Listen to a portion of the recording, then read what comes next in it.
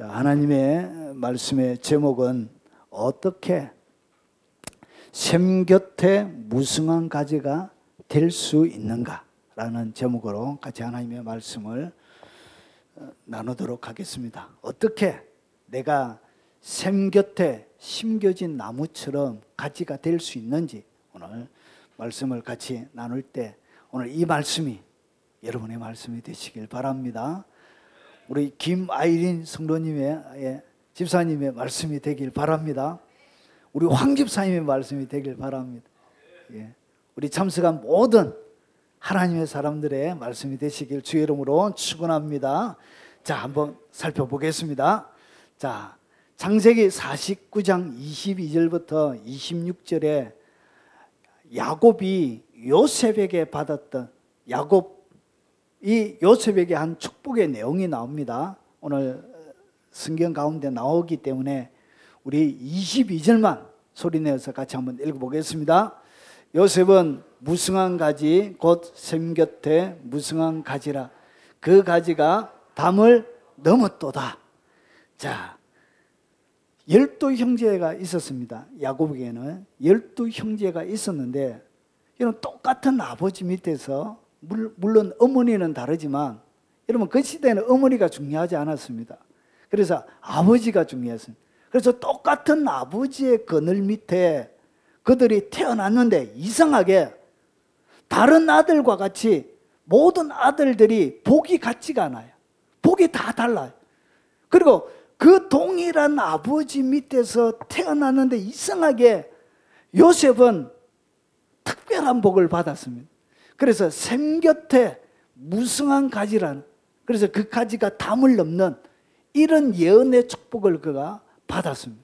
자, 그러면 도대체 이 요셉이 무엇 때문에 이런 복을 받게 되어졌는지, 동일한 아버지 밑에 동일한 조건 가운데서 시작을 했는데 이상하게 결과는 너무나 다르게 되더란 것이. 이런 교회 가운데도 성도들이 주님을 같은 교회에서 섬기지만, 이런 동일한 공간 가운데 섬기지만 특별한 복을 받는 사람들이 있지요. 여러분은 바로 그런 특별한 복을 받는 사람이 되었으면 좋겠습니다.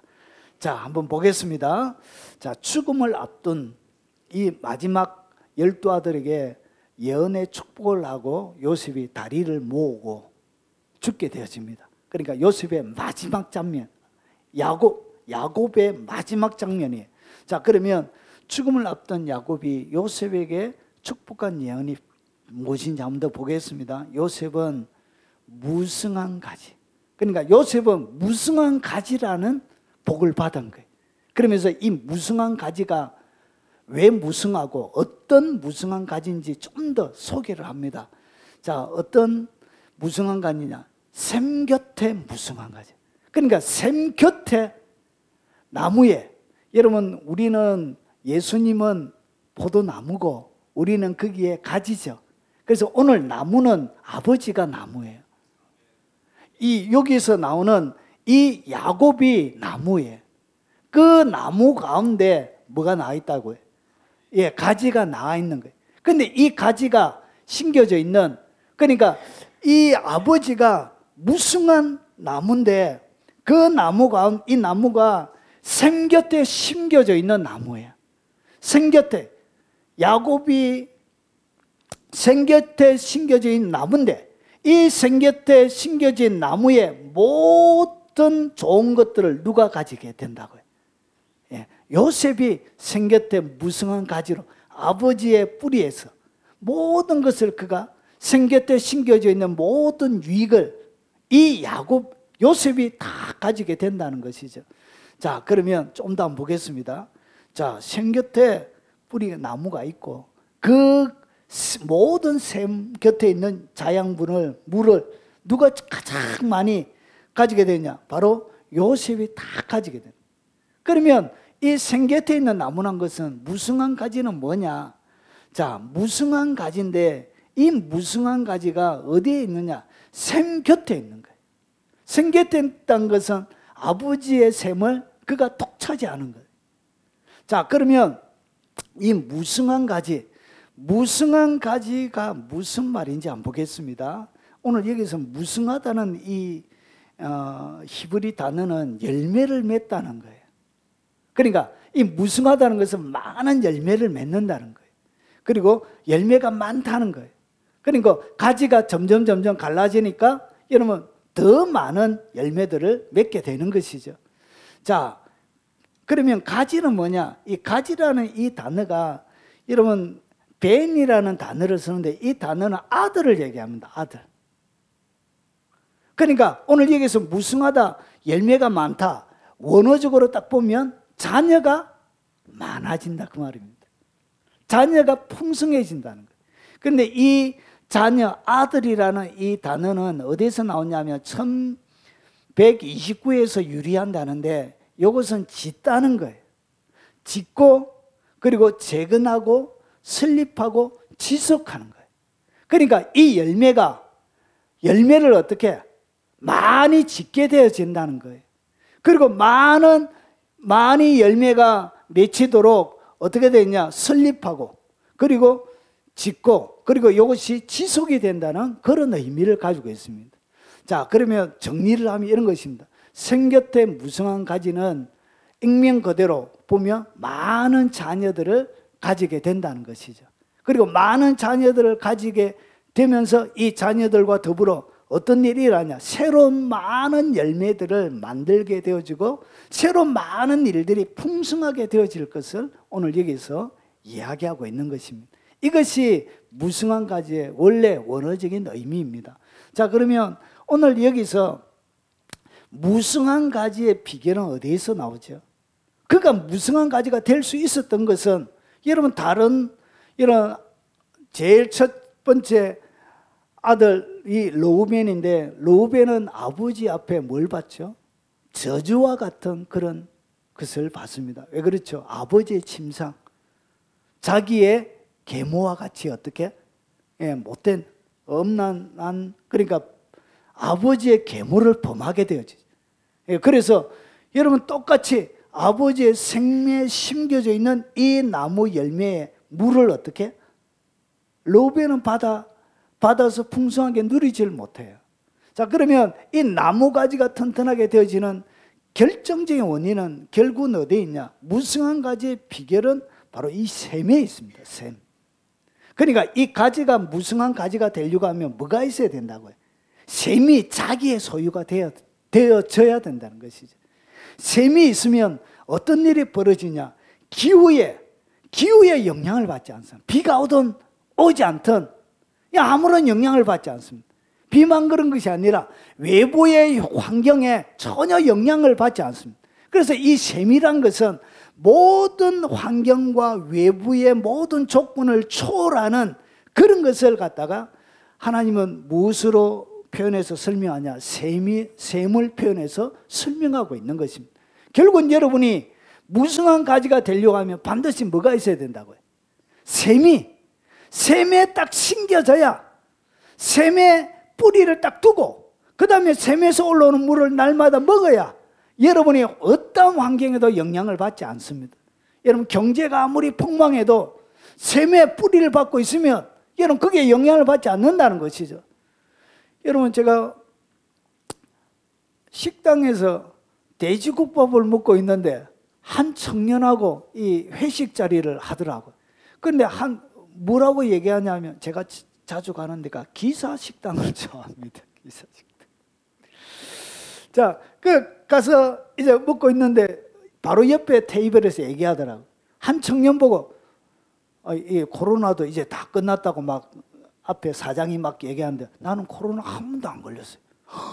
아니, 니 코로나 한 번도 안 걸렸냐고. 우리 유지사인데 한 번도 안 걸리셨죠. 예. 여러분 코로나가 창궐해도 저는 2번이나 걸렸는데 피해가는 사람도 있다는 것이죠. 영향을 받지 않는다는 것이죠. 질병이나 기타 여러 가지. 그래서 뭐가 있어야 되냐? 이런 샘이 있어야 되는 거예요. 샘이 있어야 뭐가 되지냐? 무성한 가지가 맺히게 되는 것입니다. 자, 그러면 이제 본격적으로 나가 보겠습니다. 그러면 샘을 가지려고 하면 샘이 어디에 있는지, 샘이 있는 자리에다가 나무가 심겨져 있어야 되죠. 자, 그러면 샘이 어디에 있는지를 알아야 되는 거예요. 자, 그러면 성경에 샘은 어느 위치에 있는가? 여러분, 제가 모든 성경 구절을 다 살펴봤습니다. 예. 누구도 반박할 수 없도록 모든 성경 구절을 신구약 전체를 다 살펴봤어요. 샘이 어디 있느냐? 여기에 있습니다. 자, 내가 헐벗은 산에 강을 내며 어디에? 골짜기 가운데 샘이 나게 합니다. 그러니까 이 샘은 어디에 있냐? 성경의 샘은 골짜기에 있습니다. 골짜기. 유대 나라의 지형 자체에 샘이 어디에 존재하냐? 골짜기에 있습니다. 골짜기. 그래서 샘을 만나려고 하면 어디에 가야 된다고? 골짜기에 가야 되는 거예요. 이 골짜기에 하나님은 이 하나님이 원하시는 진정한 샘을 놓아놨던 거예요. 그리고 또 한 장소가 더 있습니다. 그게 뭐냐? 자, 마른 땅이 샘 근원이 되게 할 것입니다. 그러니까 이 샘 근원은 어디에 있다고요? 마른 땅에 있다는 것이죠. 자, 다른 구절도 한번 보겠습니다.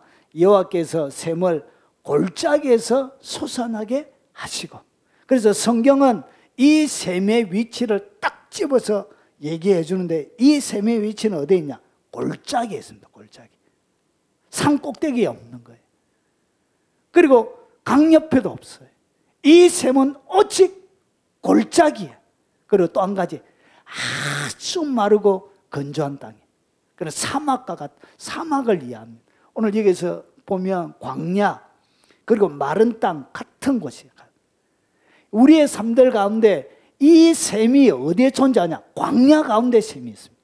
그러면 샘을 만나려고 하면 어디에 가야 된다고요? 광야로 가야 되는 거예요. 그러면 어디에 가야 되냐? 골짜기에 가야 되는 거예요. 이 골짜기와 이 마른 땅, 이 광야에 하나님의 샘이 감춰져 있습니다. 자, 그러면 여러분 여기 뭐냐면 황지연못이에요. 황지연못. 여러분 낙동강, 제가 경남에서 살고 왔기 때문에 낙동강이 엄청 큽니다. 길고요. 무지무지 큽니다. 자, 그러면 이 낙동강이 어디에서 시작하냐? 이 태백에 있는 황지연못 여기에서 시작해요. 여기에서 물이 솟아나가지고 흘러가가지고 뭐가 되더라고요? 강이 되는 거예요. 강이. 크다란 강이 되는 거예요. 이런 단순한 샘물은 샘물로 끝나는 게 아니에요. 이 샘물이 흘러 넘쳐서 결국 뭘 만들어내냐? 큰 강을 만들어내는 거예요. 그래서 어디에 흐르냐? 헐벗은 산에 강이 흐르게 되는 것입니다. 마른 땅에, 여러분 마른 땅에 광야가 못이 되고 마른 땅이 생근원이 되는 일이 일어난다는 것이죠. 그래서 이 골짜기와 이 마른 땅에 뭐가 일어나냐? 큰 강을 이루는 일이 생겨나게 되는 것입니다.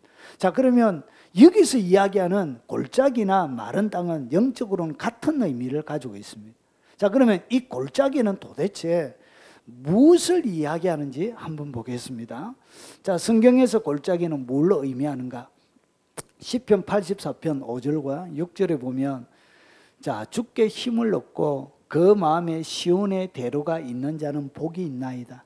주님께 힘을 얻고 마음에 시온의 대로가 있는 자는 복이 있는데, 자, 그들이 오늘 주께 힘을 얻는 그들, 그리고 마음에 시온의 대로가 있는 그들이 어떻게 되냐? 그들이 눈물 골짜기로 지날 때, 오늘 골짜기 앞에다가 무슨 단어를 하나 끼워놨죠? 눈물이라는 단어를 끼워놓은 거예요. 그러면 이 골짜기가 의미하는 것은 뭘 얘기하냐? 여러분, 실제로 그들이 골짜기를 다닌 것이 아니에요. 그러면 그들의 뭐가 골짜기란 것? 마음의 이 상태가 골짜기란 것이죠. 그래서 그 마음의 상태가 눈물 골짜기로 지날 때 그곳에 많은 샘이 있을 것입니다. 그러니까 여러분이 하나님의 샘물을 받으려고 하면 반드시 뭘 통과해야 된다고요? 어디로 가야 된다고요? 눈물의 골짜기를 지나가야 그 속에 주님이 뭘 담아놨다고요? 샘물이 있는 거예요. 샘물은 여기에 있는 거예요. 그래서 여러분 편안하게 여러분 호요호식하며 잘 지내는 사람들은 샘물이 없어요. 이 샘물은 그냥 주는 게 아니에요. 어떤 자들에게만 주느냐? 눈물의 골짜기를 지나온 그들에게 하나님이 뭘 주냐? 그곳에 많은 샘을 하나님이 허락하시는 거예요. 결국은 뭐가 샘을 만들어낸다고? 나의 눈물이 샘을 만들어내는 거예요. 나의 눈물이 샘을 터지게 만드는 거예요. 결국은 하나님의 이 샘은 어디에서 존재하냐? 여러분의 인생의 깊은 눈물의 골짜기에 하나님의 샘이 거기에 있습니다. 결국 나를 눈물의 골짜기로 나를 이끌어가는 이유는 하나님의 뭘 주시려고? 많은 샘을 여러분 가운데 주시려고 하나님께서 여러분을 눈물 골짜기로 지나가게 하는 거예요. 그리고 그 골짜기를 지금도 통과하게 하시는 거예요. 그리고 지금이 내가 놓여져 있는 이 상황이 눈물의 골짜기라면 여기에 뭐가 있다고? 눈물을 거두고 뭘 찾아봐라고요. 여기에 많은 샘이 있다는 것이죠. 여러분 시편의 기자 그리고 여러분 23편에 이 다윗도 이렇게 고백합니다. 내가 사망의 음침한 골짜기로 다닐지라도. 오늘 이 골짜기 옆에 뭐가 붙어 있죠? 음침한 골짜기. 여러분 실제로 이 다윗이 다녔던 이 유대 광야는 낮에도 보면 스산해요. 뭔가 귀신이 나올 것 같고, 그럼 뭔가 이렇게 두려움을 자아내는 뭔가 닭살이 돋고 막 그렇게 엄산해. 비행기를 타고 위에서 내려다보면 그렇게 그 땅이 마치 이제 저주로 덮여져 있는 땅처럼 그렇게 보여요. 이곳들을 다윗이 10년 동안 도망 다녔던 거예요. 그래서 그가 다녔던 그 골짜기를 갖다가 다윗이 이렇게 고백한 엄침한 골짜기. 그런데 그냥 엄침한 골짜기가 아니고 사망의 엄침한 골짜기란 것이. 여러분 다윗도 어디를 통과하게 하나님께서 만드셨다고. 그에게 많은 샘을 주기 위해서는 다윗이 반드시 골짜기를 지나가야 되는 거예요. 골짜기를 지나가야만이 그의 삶들 가운데 많은 샘물이 터지는 거예요. 그래서 이 골짜기가 의미하는 것은 뭐냐면 결국 눈물이란 것이에요.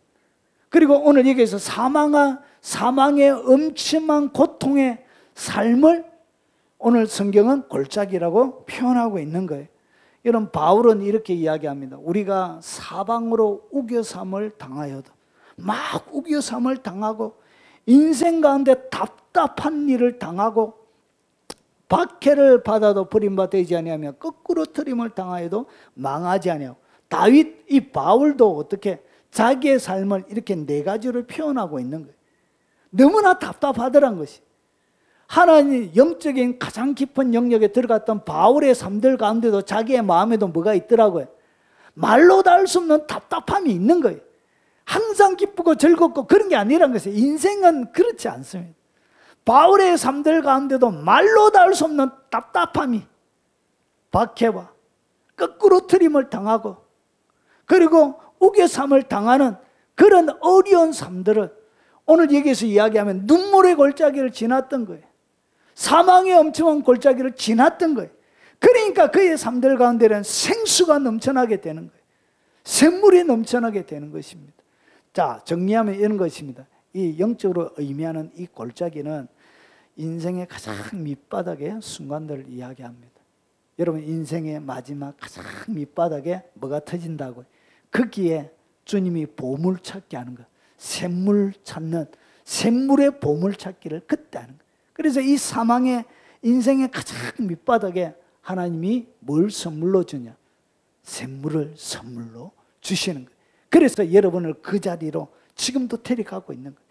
육체의 여러분 골짜기로, 재정의 골짜기로, 여러분 환경의 골짜기로, 여러분 관계 어려움을 있는 수많은 골짜기로 여러분을 몰아가는 거예요. 거기서 눈물 뿌리게 만들고 사망의 엄침한 답답한 일을 당하게 만들고 핍박을 당하기도 하고 쪽팔리고 부끄럽게 여러분 거꾸로짐을 당하고 우겨삼을 당하는 이런 답답한 현실이 우리의 삶들 가운데 펼쳐지게 되는 거예요. 거기에 가야만이 뭐가 있냐? 거기에 가야만이 샘물을 발견하게 되는 것입니다. 자, 인생의 밑바닥에서 요셉을 저격하기 위한 세 가지의 화살이 있습니다.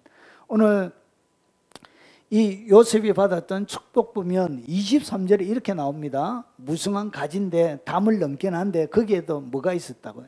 여러분 그가 오늘 여기서 이야기하는 샘물을 만나게 되는 그 인생의 골짜기를 23절이 소개하는 거예요. 그에게 뭐가 있었다고요?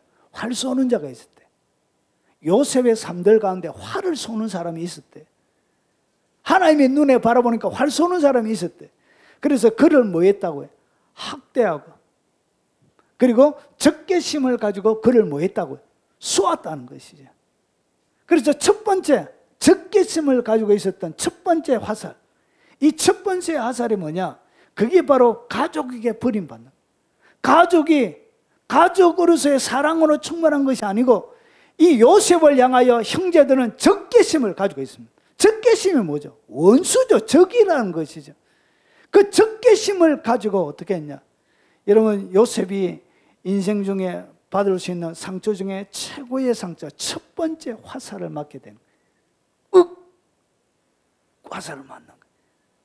그래서 이 화살이 어디에서?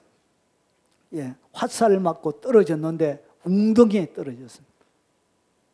형들이, 여러분, 이 웅덩이는 유대 나라에는 비가 많이 오지 않습니다. 그래서 곳곳에 웅덩이를 많이 파놨습니다. 비가 올 때 거기에 비저축하는 물을 받아두는 그 장소로 웅덩이를 많이 파놨어요. 그래서 여기에 빠뜨린 거예요. 집어넣어버린 거예요. 그러고 나서 노예 상인이 지나가니까 어떻게 했냐? 언 20에 팔은 거예요. 자기의 형제를. 자기 형제를 언 20에 돈 주고 팔은 거예요. 그냥 팔아넘긴 것도 아니고 돈 주고 자기를 팔은 거예요. 결국은 어떻게 했다? 여러분, 언 20에 애굽으로 팔려가서 형제들의 손으로 팔려 넘어가게 되었습니다. 자, 105편 18절에 보면 그의 발은 차고에 차고 그의 몸은 쇠사슬에 매였으니, 그러니까 발이 차고에 차고 몸이 쇠사슬에 묶여가지고 얘는 그 먼 가나안에서 애굽 땅까지를 어떻게 며칠을 이렇게 노예로 쇠사슬에 묶여서 이렇게 끌려간 것입니다. 여러분, 쇠사슬에 묶여서 끌려가면서 얘는 그의 가슴이 얼마나 찢어지게 아팠습니까? 그가 받았던 그 마음의 상처와 가족을 향한 이 배신감은 이루 말할 수 없는 거예요. 그를 향하여 형제들이 가지고 있던 이 적개심은 이루 말할 수 없는 거예요.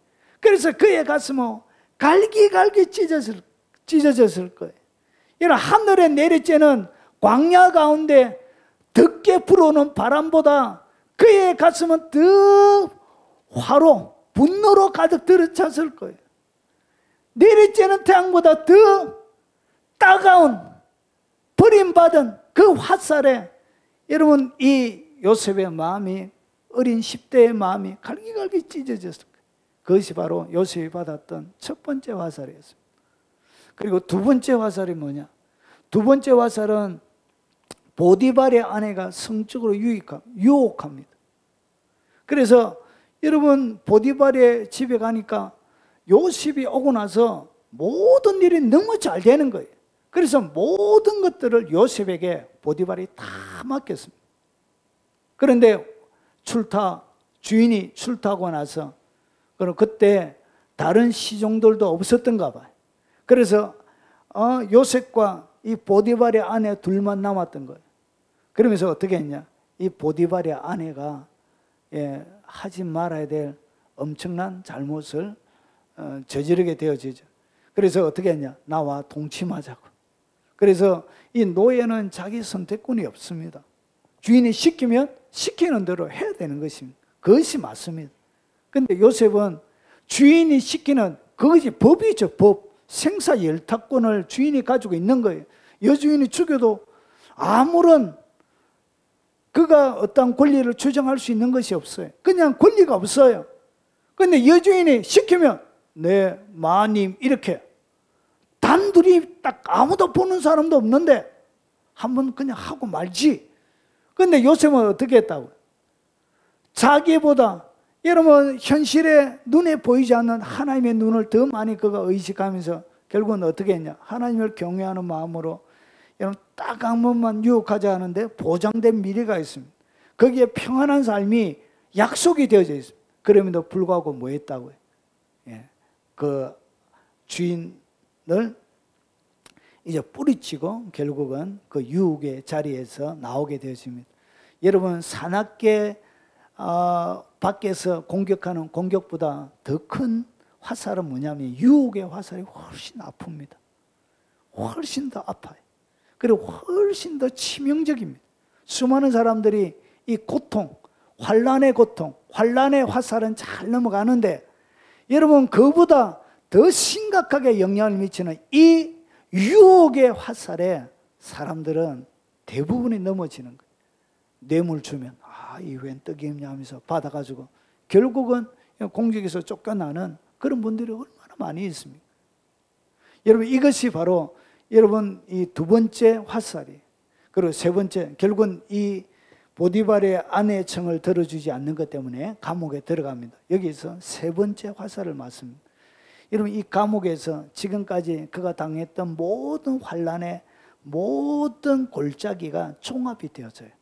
그래서 이 감옥에 들어가서 수많은 배신들을 또 당하게 되어집니다. 그래서 그의 마음은 부당한 대우 때문에 그가 스스로 주권, 자기의 권리를 주장하지 못하는 수많은 부당한 대우, 그리고 그의 마음속에 사람들이 하는 많은 모함들, 진실이 아닌 것, 이런 거짓 뉴스 퍼뜨려가지고 사람들을 힘들게 하는 거, 그거 얼마나 어렵고 힘든지 모릅니다.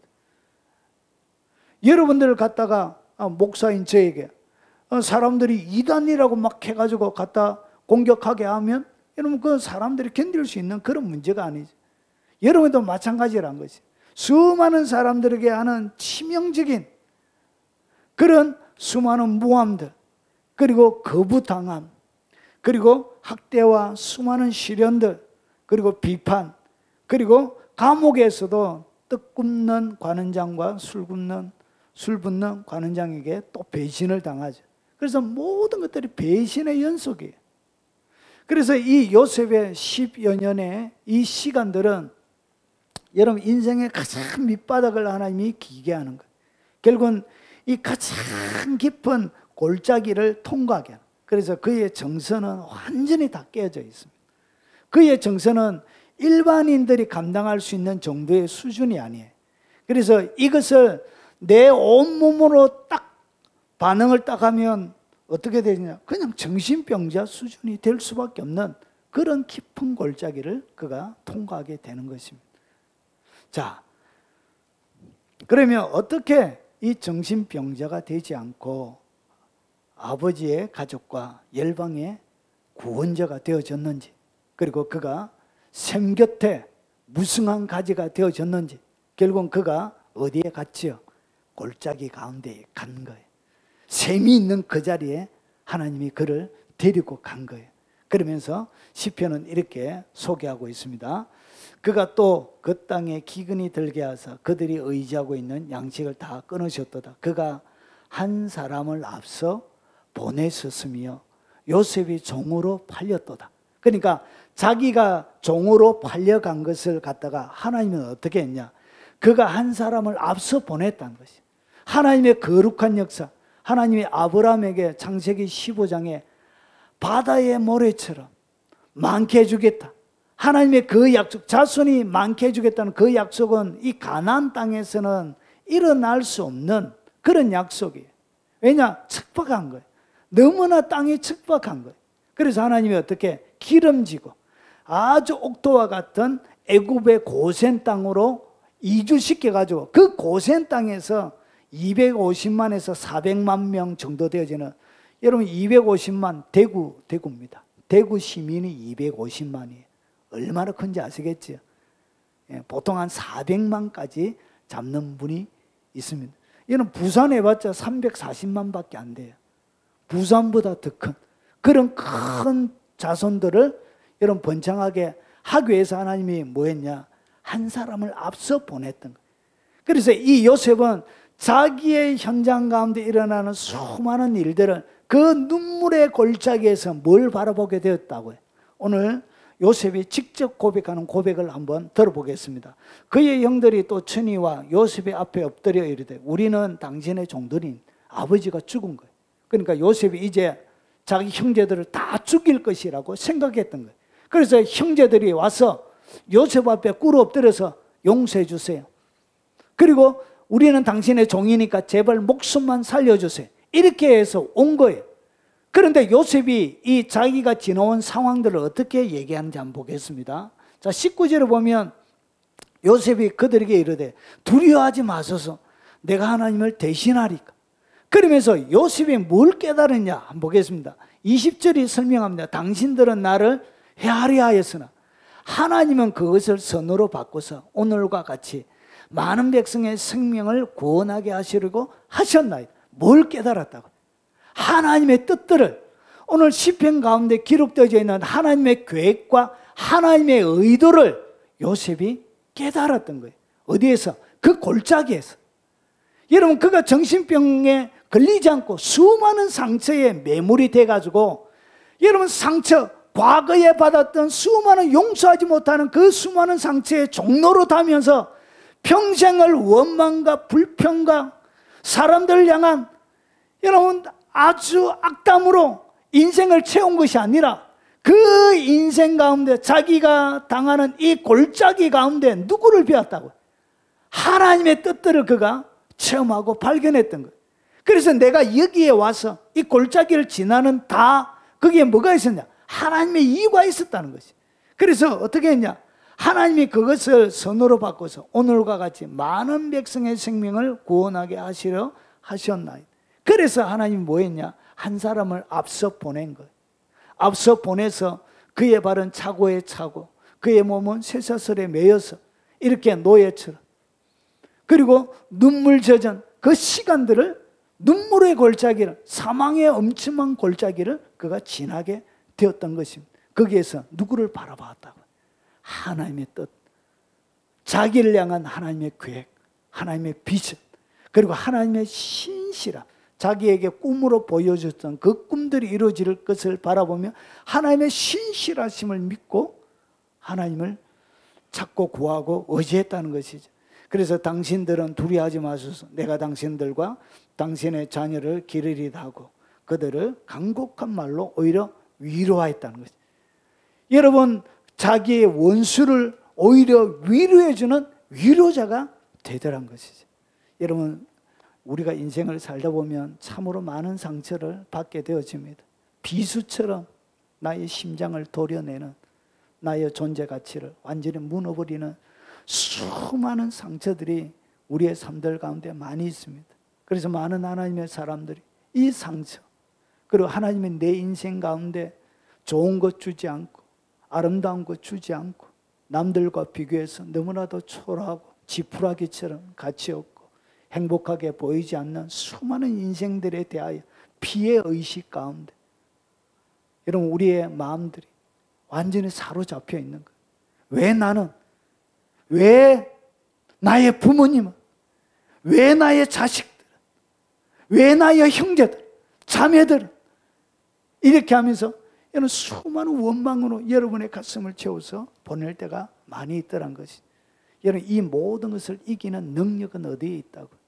여러분의 삶을 향한 하나님의 계획과 목적을 발견하는 것입니다. 오늘 상처 입은 감정에 요셉은 지배받지 않고 오히려 어떻게 하죠? 하나님의 꿈이 그를 이끌어 갔던 것이죠. 거기에 딱 매여져 있었던 것이죠. 하나님의 뜻과 계획에 그의 생각이 딱 머물러 있었던 것이죠. 여러분, 그의 삶은 독한 가시로 둘러싸여 있는 상처 많은 나무였습니다. 그의 온 몸에, 여러분, 광야를 지나면서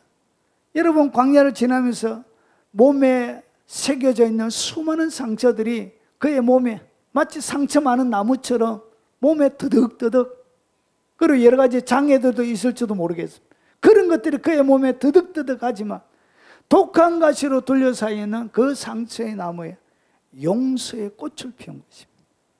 위로의 꽃을 피운 것입니다. 그 감정에 지지 않고, 피해의식에 지지 않고, 나의 상처에 지지 않고, 나의 골짜기에 나의 모든 감정이 피해의식 속에 사로잡혀서 지지 않고 그것을 딛고 당당하게 일어섰던 것입니다. 그래서 범죄할 수 있는 수많은 상황들 가운데서도 오직 하나님만을 그가 경외하고 하나님의 눈만을 의식하고 편한 길이 있었습니다. 아주 매력적인 길이 있었습니다. 여러분 10대 후반에 20대 초반에 얼마나 혈기왕성합니까? 그냥 한번 하면 되는데, 그럼에도 불구하고 하나님을 의식하며 여러분 그 화살에 여러분 그를 더럽히지 않고 오직 믿음으로 하나님만을 바라보며 여러분 그의 경외함을 드러냈던 것입니다. 여러분 이것이 결국은 이런 모든 것들을 딛고 일어서게 하는 것입니다.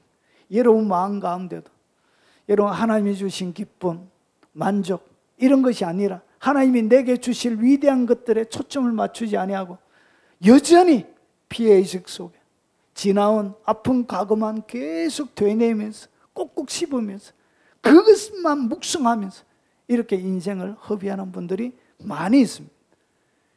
그래서 감정이 완전히 악한 영들에게 슬픔에 지배당하고 좌절에 지배당하고 고통에 지배당하면서 이런 시간들을 보내는 분들이 많이 있다는 것이죠. 자, 그러면 샘물이 솟아나는 위치가 어디냐? 그러면 요셉의 삶을 가만히 보면 요셉 가운데 샘물이 있습니까? 없습니까? 요셉의 집에 샘물이 있던가요? 요셉은 또 무성한 나무도 아니잖아요. 그러면 오늘 여기서 하는 이 샘물이 도대체 어디에 존재하느냐는 것이죠. 어디에 솟아나느냐는 것이죠. 자, 그리고 어떻게 할 때 샘물이 터져나는 것이죠. 그 위치가 어디고, 샘물의 위치가 어디고, 그리고 어떻게 할 때 샘물이 터져나오느냐는 것이죠. 오늘 성경은 이렇게 기록하고 있습니다. 내 누이, 그리고 내 신부 아가스입니다. 솔로몬이 술람 여인을 향하여 예수님과 성도 사이에 나누는 사랑의 이야기입니다. 그러면 내 누이 그리고 내 신부는 잠근 동산이요. 여러분 그 시대의 왕의 동산은 열쇠로 잠가놨습니다. 아무나 못 들어가요. 그러면 여기에 내 누이 내 신부란 것은 주님이 선택한 하나님의 사람들은 하나님의 눈에 뭐처럼 보여야 된다고요? 잠겨져 있는 동산처럼 보여져야 된다는 거예요. 진짜 하나님의 사람은 잠근 동산이 되어져야 된다는 것이에요. 아무 잡놈이나 막 들어오고 하는 그런 열려져 있는 동산이 아니고 딱 잠겨져 있는 동산이 되어져야 된다는 것이에요. 악한 사탄들이 막 지나다니는, 여러분 무너져 있는 감정으로 지나다니는, 슬픔과 좌절과 절망으로 지나다니는 이런 열려져 있는 동산이 아니고 딱 잠겨놓은 그런 동산이 되어져야 된다는 거예요. 누가? 주님의 신부는, 그리고 주님의 누이는, 하나님이 선택한 사람은 이렇게 잠겨져 있는 동산이 되어져야 돼요. 누구만 들어올 수 있다? 예수님만 딱 들어오게 하는 그 동산을 가지고 있어야 되는 거예요. 여러분이 그런 동산이 되어져야 돼요. 그런데 너무 많이 온 세상에 정욕적이고 육체적이고 이생의 자라 안목의 정욕들이 마구 막 들어오는 열려져 있는 동산이 아니고 딱 잠가놔야 돼. 누구만 지나가도록 주님만, 주님과 나만이 그 동산 가운데 거닐 수 있도록 딱 잠가놔야 되는 거예요. 그리고 어떻게 했냐? 덮어놓은 우물이 돼. 유대 나라에는 사막 지역이 많기 때문에 먼지가 많이 일어나요. 그래서 바람이 불고 하면 어떤 일이 벌어져요? 먼지가 우물에 들어가는 거예요. 그래서 우물을 어떻게 했냐? 딱 덮어놔야 되는 거예요. 예수님만이 와서 딱 마실 수 있도록. 그래서 주님이 사마리아 여인에게 가서 뭐 하죠? 내게 물을 좀 달라 그러지. 그래서 주님은 지금도 모든 사람들에게 내게 물을 좀 달라 그러세요. 그래서 뭐 해야 된다고요? 주님이 마시는 물은 덮은 물을 마셔요. 주님이 좀 까다로우세요. 주님이 아무 물을 안 먹어요. 덮어놓은 물을 먹어요. 덮어놓은 물. 그리고 야곱이나 모세나 어떤 물을 줘요? 가가지고 덮어놓은 그것을 여러분 퍼서 주게 되는 거예요. 그리고 이 봉한 샘이에요. 샘을 딱 봉해놓은 거예요. 누구도 마치지 못하도록 이렇게. 그래서 이 봉해놓은 샘이 되어져야 되는 거예요. 누가? 신자가. 그런데 아무나 와서 다 마시는 거예요. 옆집 사람도 마시고 건너집 사람도 마시고 아무나. 이런 물이 되면 안 된다는 거예요. 자, 너는 동산의 샘이요 그리고 생수의 우물이요 레바논으로 흐르는 시내구나. 결국 누가? 하나님의 사람이 봉한 셈이 되는 거예요. 바로 여러분이 뭐라고요? 여러분이 셈이란 거예요. 그리고 여러분이 동산의 셈이란 거예요. 여러분이 생수의 운물이고, 그리고 생수의 운물에서 흐르는 여러분이 바로 시내란 거예요. 그래서 이 셈은 어디에 있다고? 바로 여러분이 샘물이란 것이죠.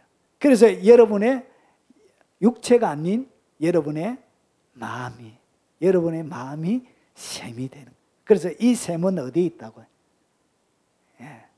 이 셈은 여러분의 마음에 있는 것입니다. 그래서 이 골짜기와 같은 고통과 아픔은 하나님의 사람들이 어디에서 경험하게 되어지죠? 마음에서 경험하게 되는 거예요. 그래서 이 마음이 결국은 샘물이 있는 장소입니다. 장소. 여러분의 마음이 뭐가 되어진다고? 샘물이 돼요. 거기에 이 샘을 가진 사람만이 뭐가 일어난다고? 무성한 가지가 되는 거예요. 그래서 이 샘이 없는 사람은 봉한 샘이 아니고, 오늘 뒤에 설명을 제가 좀 더 드릴게요. 자, 그러면 이 샘물이 어떻게 이 생명의 샘물이 되는지 한번 보겠습니다. 지혜 있는 자의 교훈이 생명의 샘이 된대. 그러니까 하나님의 말씀의 이 교훈, 말씀이 뭐라고요? 이게 바로 생명의 샘이 되는 거예요. 지혜자가 한 이 교훈이 생명의 샘이 되고, 이 명철한 자에게 있는 그 명철이 생명의 샘이 돼. 명철이라는 얘기가 뭐냐? 신중하다는 거예요. 통찰력이 있다는 거예요. 그리고 이해력이 있다는 거예요. 너무나 이해력이 빠르다 보니까 교활하다는 말로도 이 단어가 쓰여져요. 그래서 이 명철하다는 것은 아주 신중한 거예요. 말씀에 따라.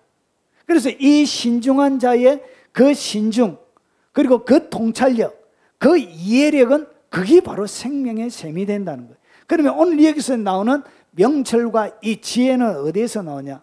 여호와를 경외하는 것은 생명샘이니.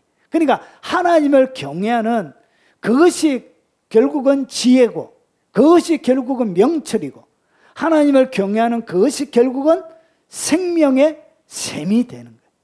그래서 내 마음에 결국은 하나님을 경외하는 것으로 가득 채우고, 하나님을 경외하니까 하나님의 교훈대로 살고, 하나님이 주시는 명철대로 내 마음을 가득 채우는 거예요. 그래서 내 마음에 여러분 감정의 지배를 받지 않는 거예요. 세상에 일어나는 수많은 여러분 계속 변하는 이 감정의 지배를 받지 않는 거예요. 여러분 그렇게 사랑하는 남편이 막 좋아 죽다가 남편이 또 싫은 소리 하면 남편이 또 왼수처럼 이렇게 되어지잖아요. 이런 것을 통해서 뭐가 생긴다? 수많은 감정들이 내 삶들 가운데 막 생겨나게 되는 거예요. 거기에 흔들리지 말라는 거예요.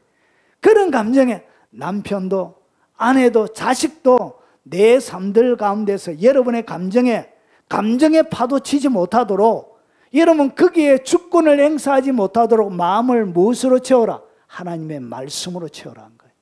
하나님을 경외함으로 이것을 채워야 되는 거예요. 여러분 사람에게는 기대를 안 하면은 마음에 무너짐이 없어요. 저는 누구에게도 기대함이 없어요. 그러면 어떤 일이 벌어지냐?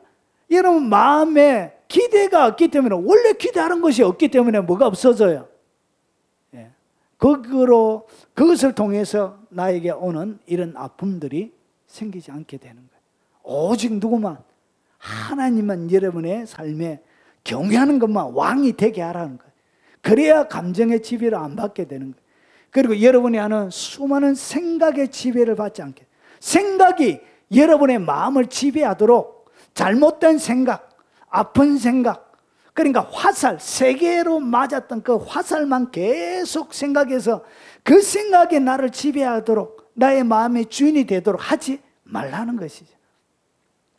그리고 마음이, 여러분의 생기는 이 마음이 여러분의 주권을 행사하지 못하도록 하라는 것이죠. 마음이 주인이 되게 하지 말라는 것이 뭐가? 하나님의 말씀이, 하나님을 경외함이 여러분의 마음의 주인이 되게 하라는 거예요.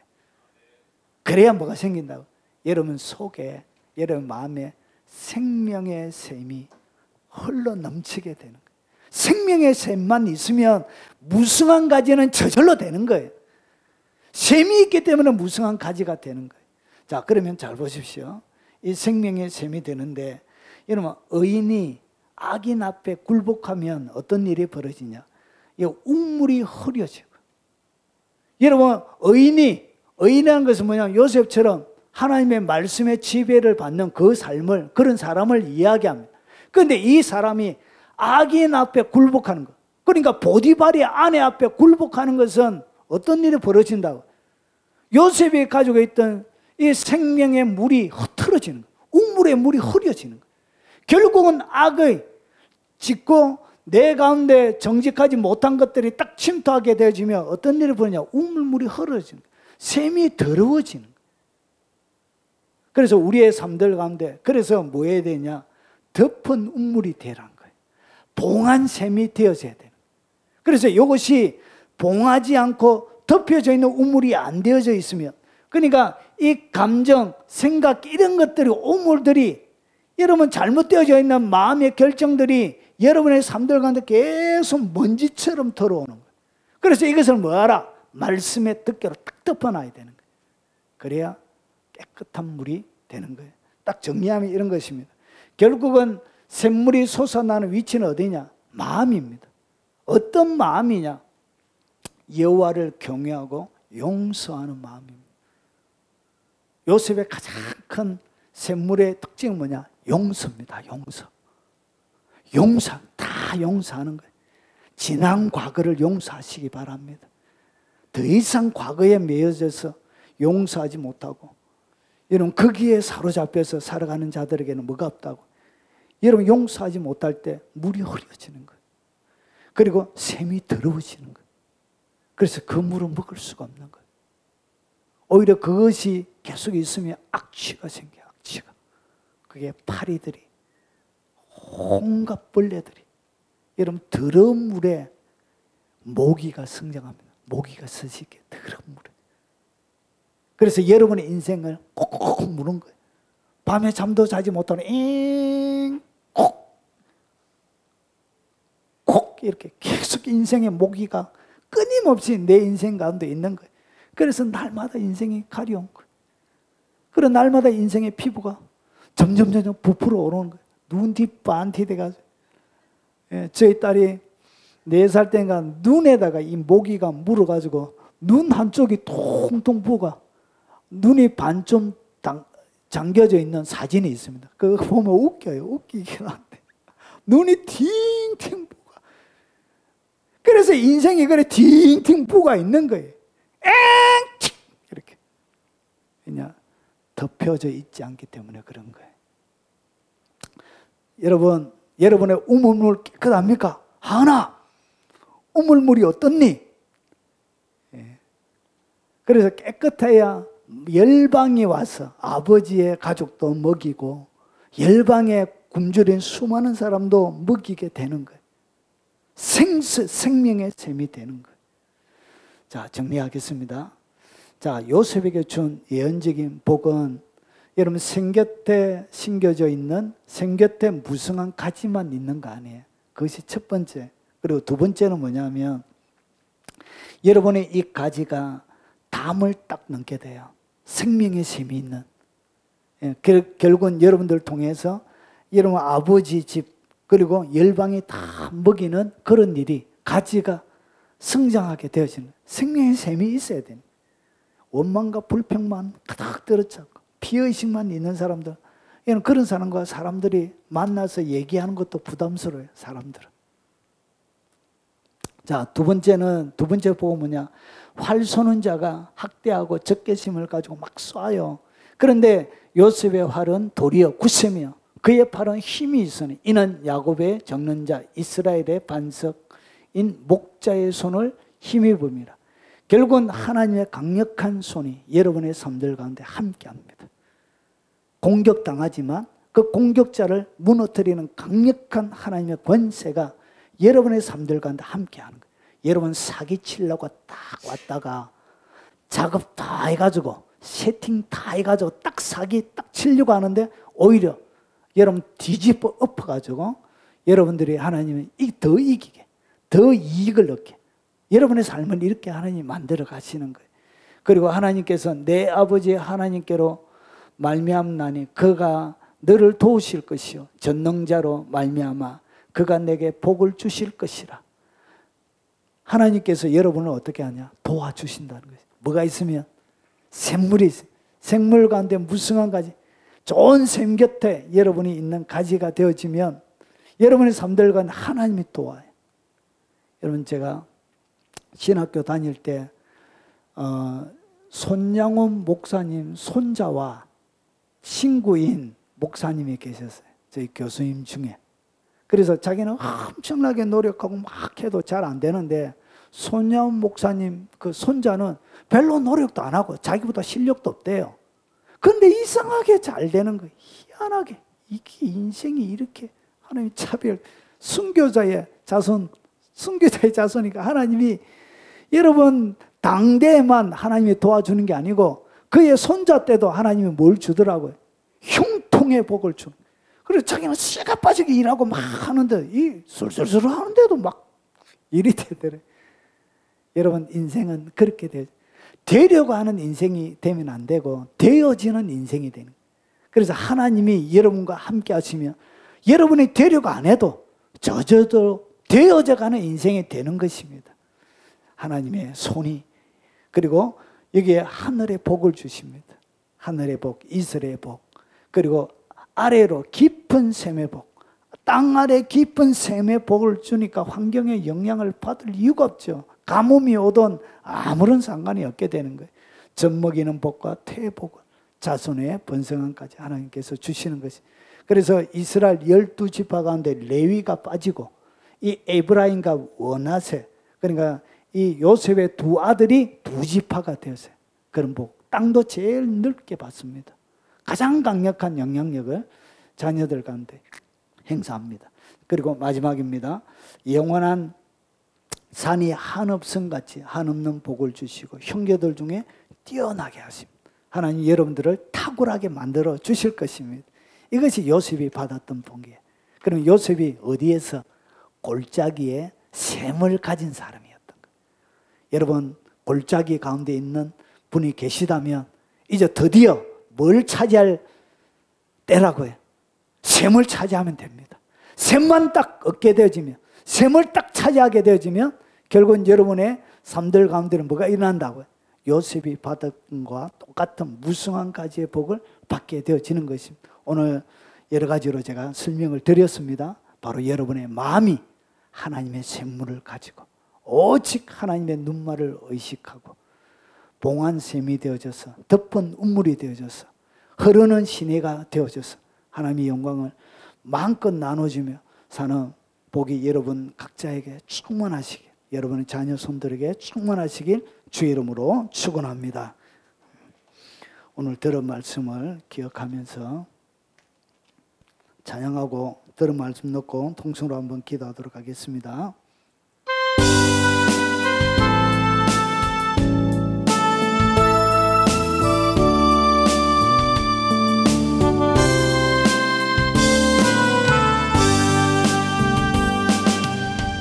우리가 고난의 바다를 지날 때 바람과 풍랑이 일어도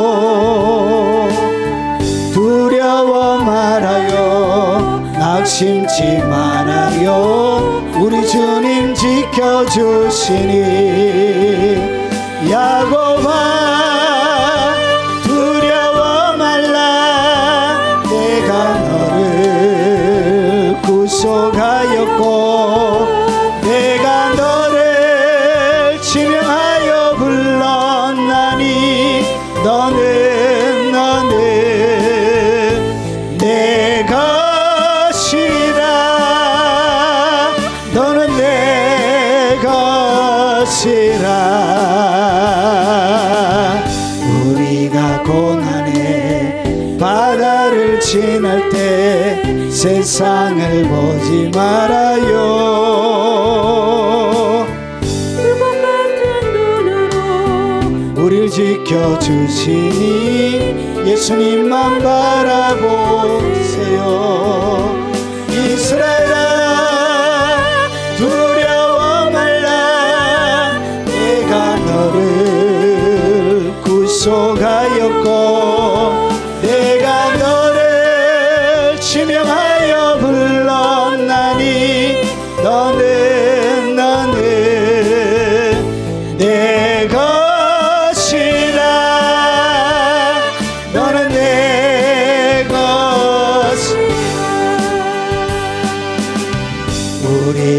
고난의 바다를 지날 때 우리 너를 침몰 못하리라. 불 가운데 지날 때 주님 함께 하시니 사르지도 못하리라. 두려워 말라. 내가 너를 구속하였고 내가 너를 지명하여 불렀나니 너는 내 것이라. 너는 내 여러분의 자녀 이름을 넣고 함께하겠습니다.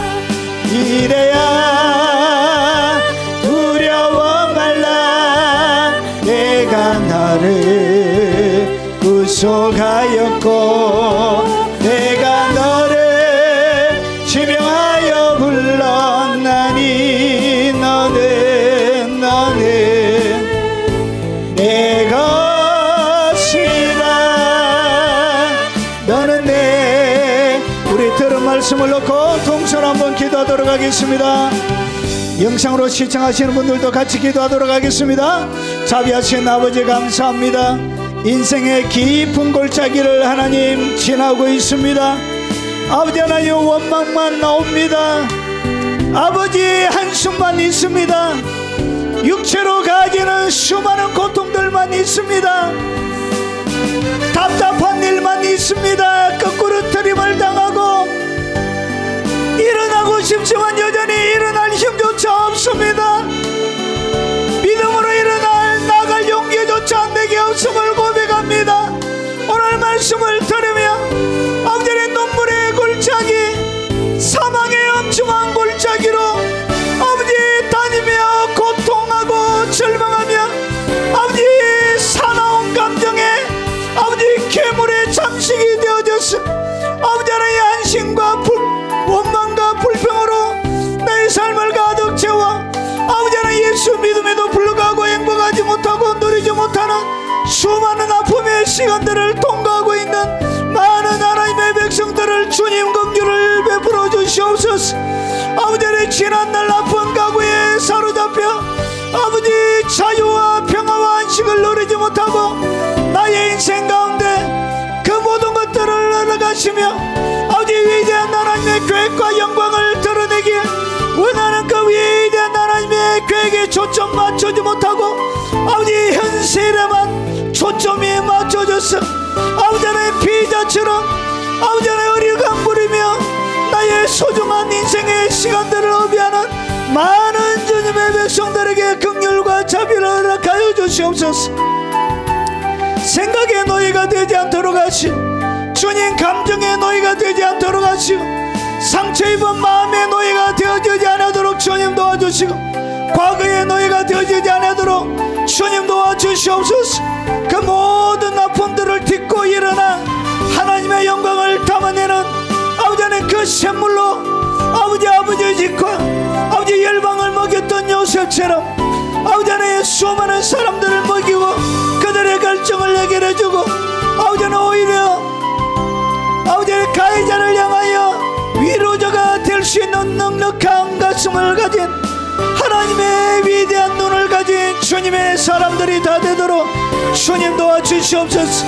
아버지 나의 인생의 골짜기를 이길 수 있도록 요셉에게 하나님의 뜻과 계획을 가르쳐 주셨던 것처럼 아버지 아픔의 고통의 시간에 이유를 가르쳐 주시고 하나님이 이 고통의 아버지의 시간에 하나님이 원하시는 하나님의 계획과 뜻들을 가르쳐 주시옵소서.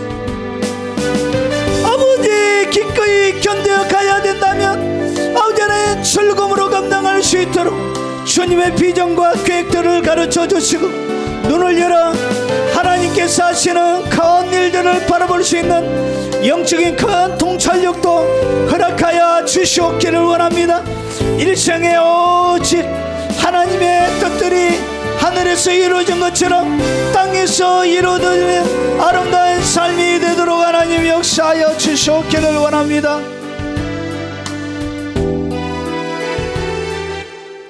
자비하신 아버지, 인생을 살아가는 동안 눈물의 골짜기, 사망의 엄침한 골짜기를 다니며 아버지 하나님, 거기에서 당한 수많은 피해와 아버지 수많은 아픔들과 고통들과 아버지는 여전히 상처 있고 갈기갈기 찢겨져 있는 마음의 아픔들을 가지고 거기에 아버지 하나님 매몰되어져서 자유 없이 살아갈 때가 많이 있음을 고백합니다.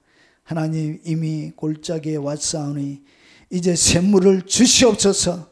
많은 샘물을 터뜨려 주시옵소서. 아버지, 거룩한 하나님의 회복의 역사가, 아버지 이 말씀의 역사가, 능력의 역사가 그들의 삶들 가운데 일어나도록 하나님 말씀의 복을 주시옵소서. 말씀이 그들의 현장 가운데 성취되지는 복을 허락하여 주시옵기를 원합니다.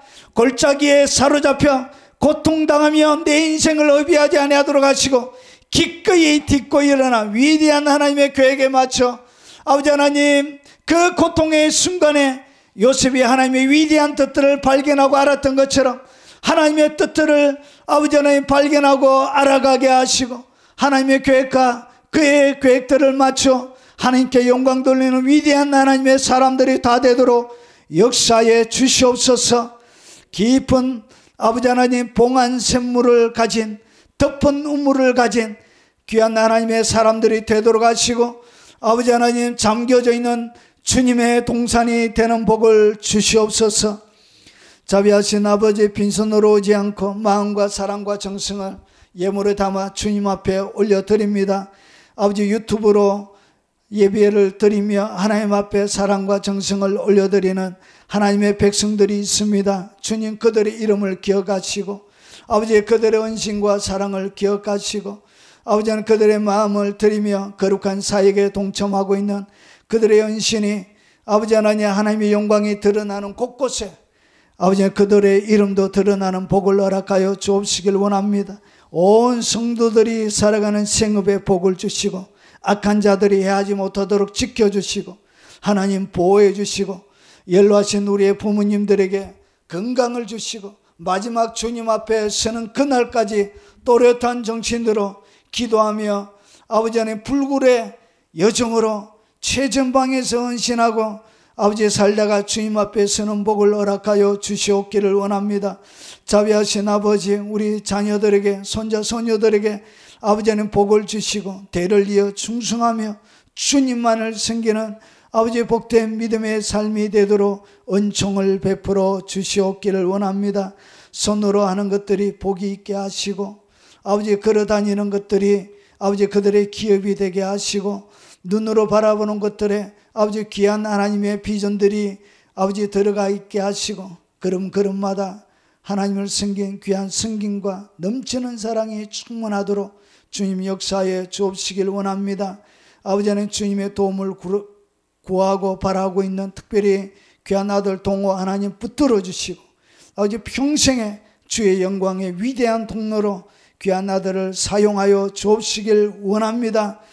아리조나에서 하나님의 도움만을 구하고 있는 아버지 하나님, 주수연 귀한 성도를 주께서 잡아주시고 인간의 모든 의술이 끝나고 오직 주님의 손을 바라보고 있사오니 기적을 베풀어 주시옵소서.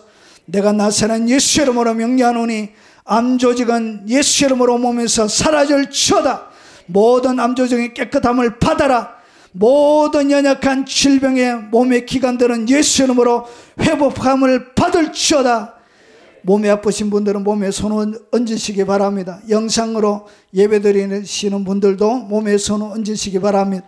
내가 나사렛 예수 이름으로 명령하노니 주께서 채찍에 맞음으로 너희가 남을 입었다고 말씀하셨던 주의 말씀의 권능으로 내가 명령하노니 오늘 머리부터 발끝까지 모든 연약한 막혀있는 혈관은 예수 이름으로 뚫어질지어다. 모든 고혈압은 예수 이름으로 사라질지어다. 모든 노폐물들은 혈관 속의 노폐물들은 예수 이름으로 사라질지어다. 몸에 있는 암조직 염증은 예수 이름으로 사라져라. 염증과 암조직은 예수 이름으로 사라질지어다. 머리부터 발끝까지 뒤틀려져 있는 모든 척추는 예수 이름으로 제자리로 들어갈지어다. 기능을 상실한 모든 육체의 기능들은 예수 이름으로 회복함을 받아라. 회복함을 받아라. 남을 입을지어다. 기능을 상실한 모든 영물들은 예수 이름으로 재생이 되어질지어다. 모든 기능을 상실하고 없어져 있는 몸의 기관들은 예수 이름으로 창조적으로 만들어질지어다. 수술하여 없어진 육체도 기관들도 예수 이름으로 창조적으로 생성되어 질지어다. 만들어질지어다. 기적과 이적이 그의 육체 가운데 폭포수처럼 일어날지어다. 치유함을 받을지어다. 내 믿음대로 될지어다. 정신적으로 눌려져 있는 모든 영적인 결박은 예수 이름으로 풀어져라. 풀어질지어다. 풀어질지어다. 모든 인생의 장애물들은 예수 이름으로 깨트려질지어다. 깨트려질지어다. 거룩한 기적이 그들의 삶들 가운데 충만한 아버지 일생이 되도록 주의 복을 주시옵소서. 예수님 이름으로 축복하며 기도합나이다. 아멘. 마지막 찬양입니다.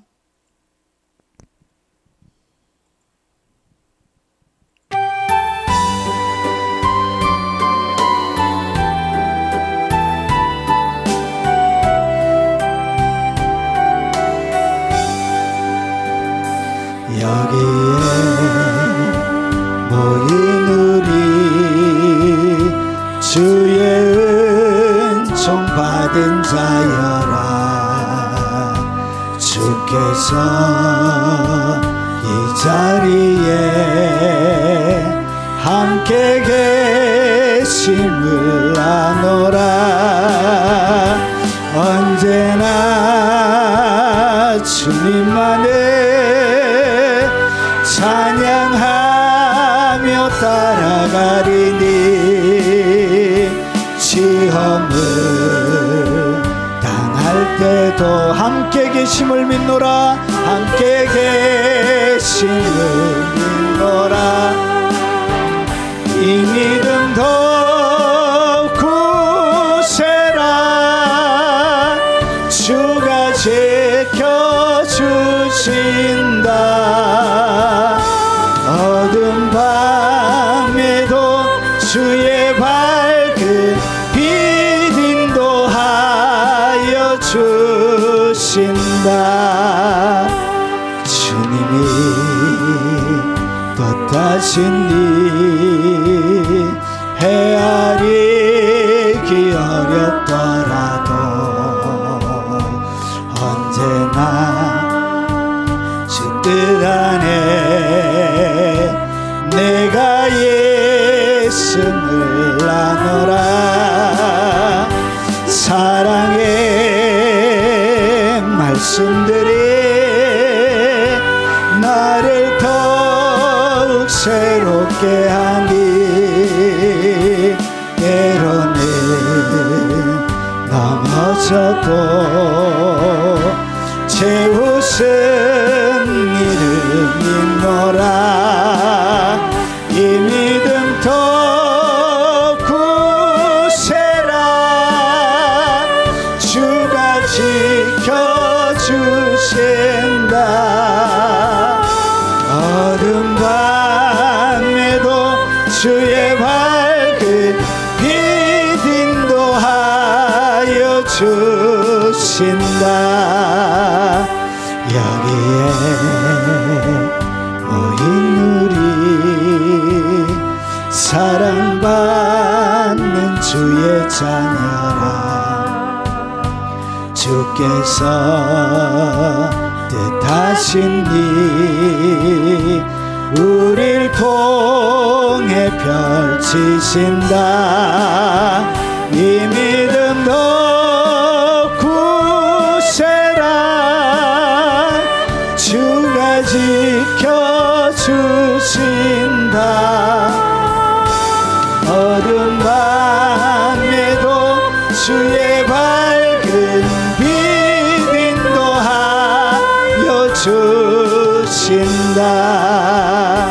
주의 뜻 이루어지는 날까지 믿음 더욱 굳세라.